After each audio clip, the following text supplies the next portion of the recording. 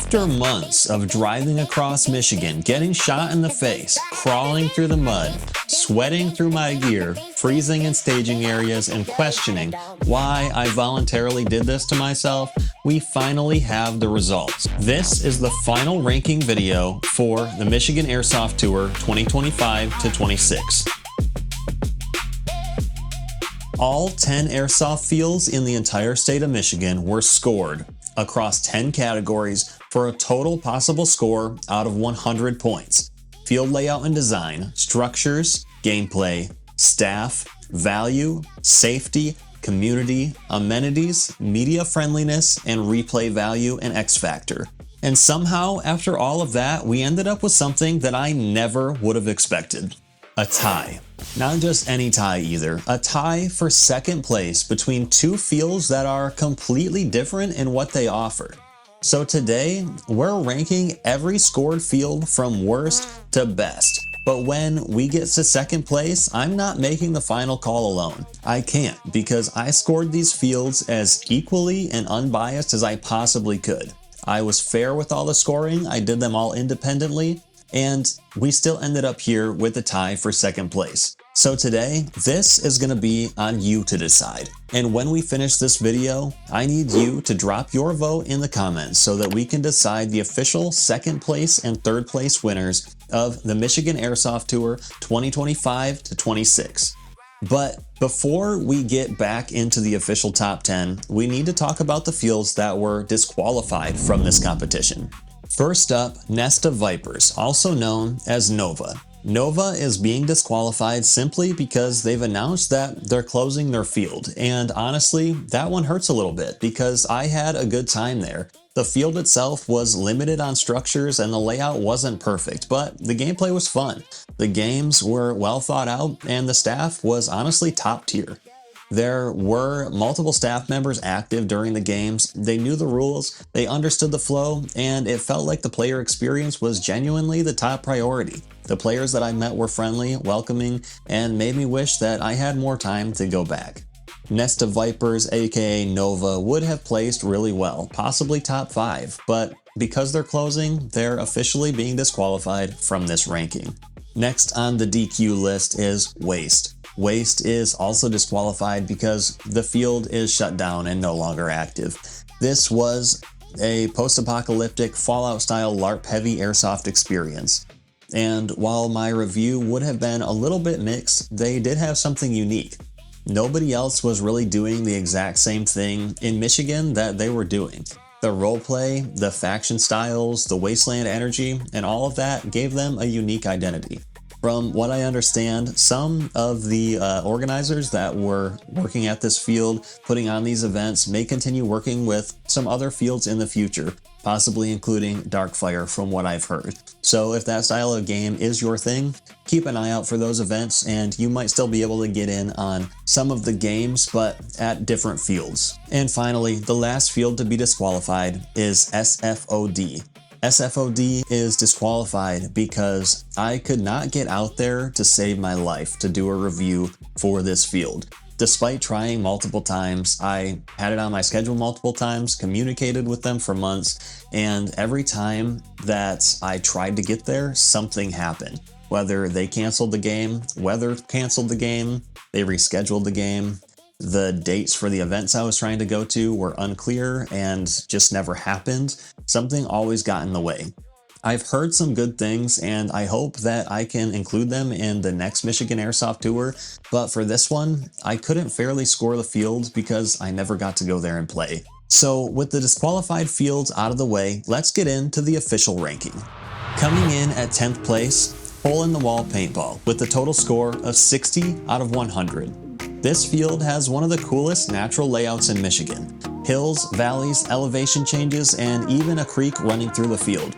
From a visual and terrain perspective, there is serious potential here, but potential was kind of the theme of the day.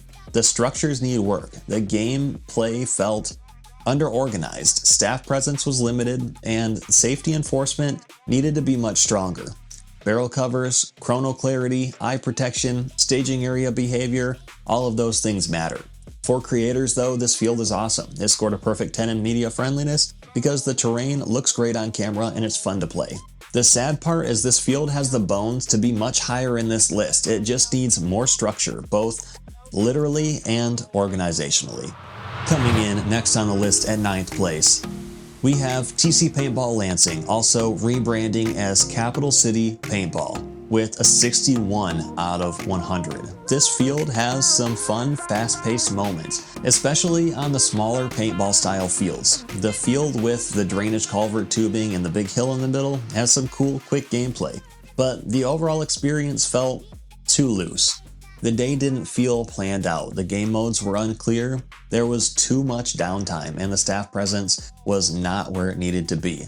My biggest concern was safety and rules. Chrono felt unprofessional. Rules were not explained clearly, and enforcement of eye protection and barrel bags felt a little too relaxed. The players I met were mostly friendly, which helped, but the field needs stronger systems, clearer staff roles, and much more professional game day structure. This one has local potential for the Lansing area, but it needs some work.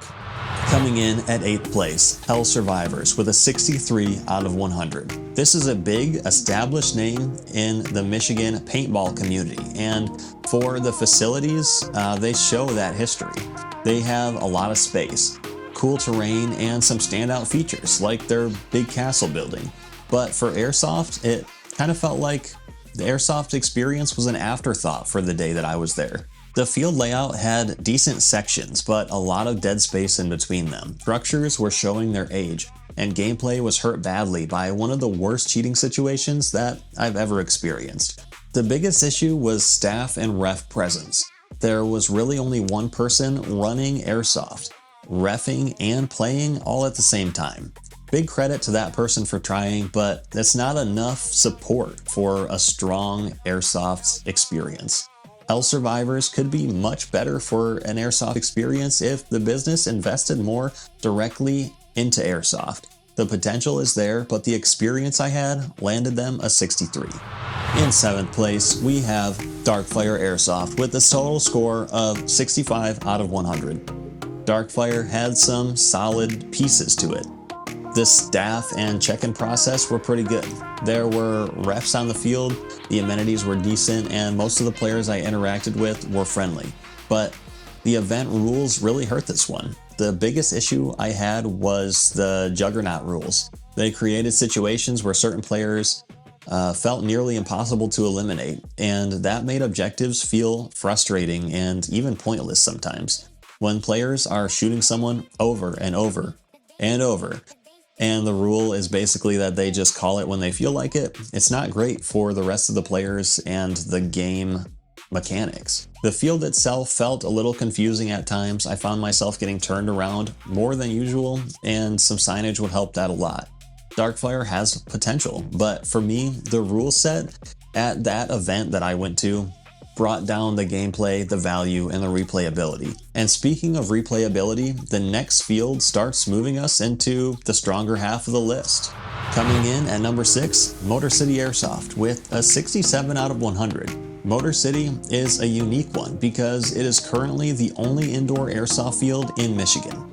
That alone gives them a massive X factor. If you want fast-paced indoor CQB, this is basically your one option. The layout flows pretty well, especially considering that they are limited by the indoor space. Games move fast, downtime is almost non-existent, and if you get a lot of playtime in, you're getting a good value for your money.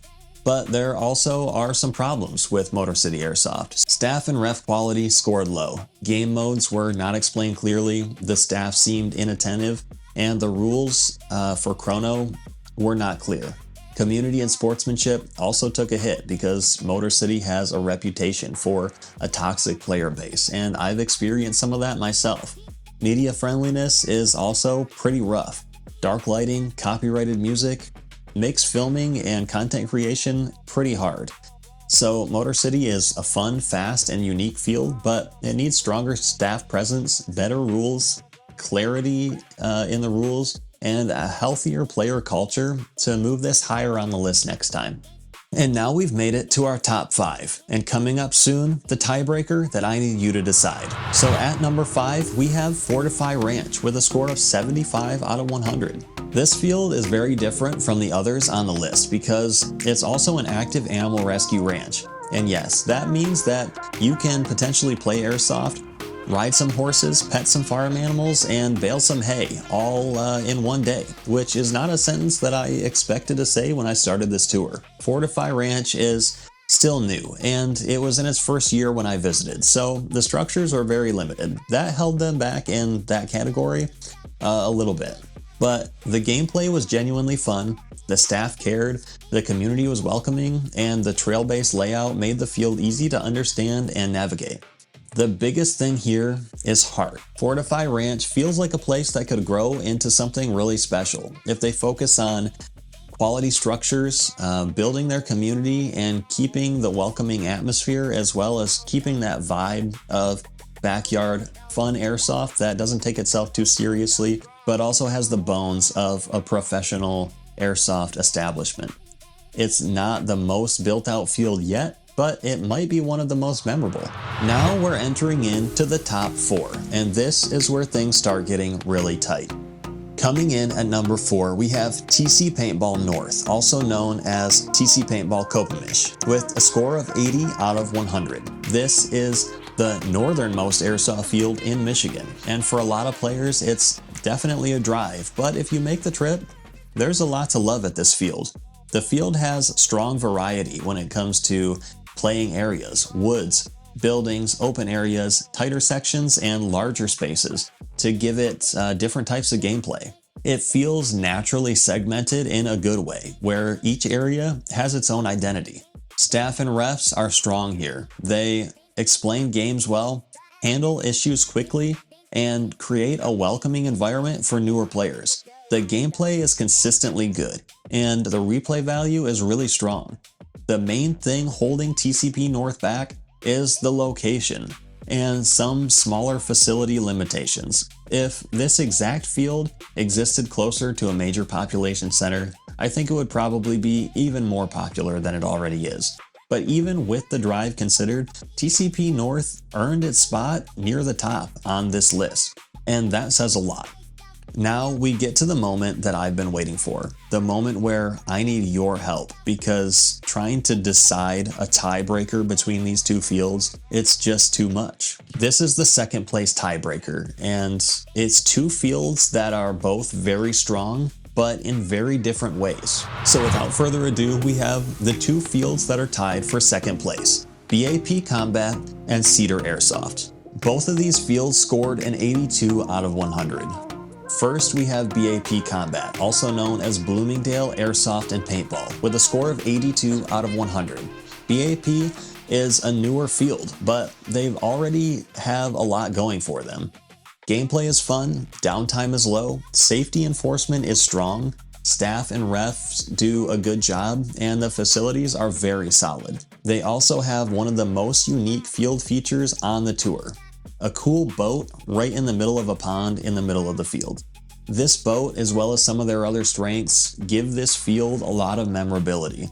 And if BAP keeps adding in some of these creative features at a high quality level with well thought out design, they could become known as the field with the most memorable stuff that you can't see anywhere else. The main things holding BAP back are field balance and development. They are still only using part of their available space, and some sides or layouts can feel a little bit stronger than others when it comes to gameplay balance. But the foundation is strong, and BAP feels like a field that's actively growing, and they're going in the right direction.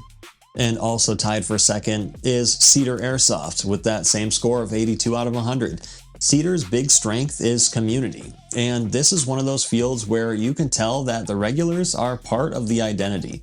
People come back, people know each other, and the field has that for the players feeling to it. The gameplay is fun, the value is good, the amenities are strong, and the field continues to improve over time. Cedar also scored extremely well in community, facilities, media friendliness, and the replay value.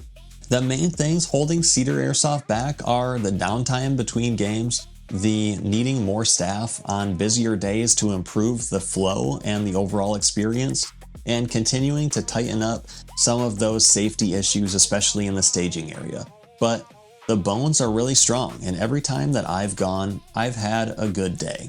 So before we get to number one and I announce the best field in Michigan, here is my question for you. Who deserves second place? BAP Combat with the stronger unique field features, the better facilities, and big growth potential? Or Cedar Airsoft with the stronger community identity, the replay value, and the player-driven atmosphere? I can't decide this one. Drop your vote down in the comments, BAP or Cedar, and let's settle this for the Michigan Airsoft Tour 2025-26 once and for all.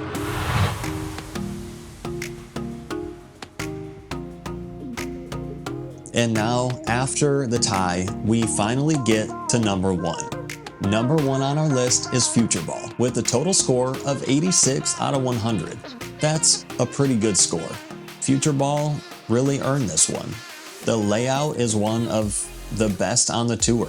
It has multiple mini field sections that can be played individually for rec play days, or they can also be combined into one larger field for bigger games. The structure variety is excellent.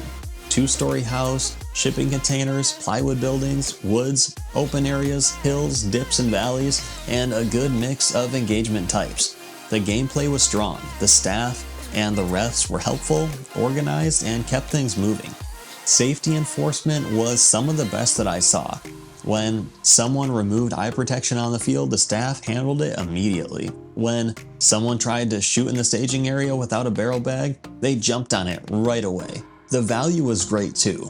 For a normal rec play price point, I had enough fun that after driving 2 hours to get there, driving 2 hours to get home, I was already thinking to myself, when can I get back and play there again? The biggest issues at Future Ball were minor compared to the strengths. A few hit calling issues, some wear on the structures, a bit of a rough driveway, and porta potties instead of permanent, nicer bathrooms. But overall, Future Ball had the strongest complete package. Good field, good staff, good safety, good value, great variety, high replay value. Future Ball takes first place. They are the best airsoft field in Michigan for the Airsoft Tour 2025-26. So there it is, the final Michigan Airsoft Tour ranking. Future Ball takes first, BAP Combat and Cedar are tied for second place. TCP North lands just behind them, and every field on this list had something to teach us, whether it's what to do, how to improve, or what happens when you combine airsoft with hanging out with farm animals, and how that somehow makes complete sense to me. This tour has been a lot of driving, a lot of weird parking lots, and taking a lot of moments where I thought I should probably stretch more before I do this again. And honestly, it was a bigger undertaking than I ever expected when I started this journey, but I made a commitment to do it, and I wanted to finish it for everyone out there that needs to know where to spend their hard-earned time and money, and most importantly, I wanted to do this to provide feedback to the community of fields and field owners that really hold the sport that we all love in its hands, and where they can improve and where they can continue shining for their strengths. I want this community to grow stronger and to continue to get bigger and better for all of us, whether we're Michigan residents and airsofters or people traveling from out of state to come to the awesome fields that we have here to offer. And honestly, though there were a lot of tough moments and it's been a real journey to finish this whole thing, it's really all been worth it to see it all come together and be able to provide this hopefully beneficial series for the community. And now I want to hear from you. Do you agree with my rankings? Did Future Ball deserve first place? And most importantly, who wins the second place tiebreaker, BAP or Cedar Airsoft? Drop your vote in the comments. Speak up for your field. Keep it respectful, and let's see who the community chooses as the second best field in Michigan. If you want more honest airsoft reviews, gameplay videos, rankings, gear and gun reviews, and more Michigan Airsoft content, make sure that you subscribe because there's a lot more to come in the future, and I can't wait to share it with you. This has been the Michigan Airsoft Tour 2025-26. Thank you all so much for watching and helping me form this series and this channel into what it's becoming and where it's going in the future. I'm really excited to keep doing it with you, one video at a time. So thanks again, and I can't wait to see you next time.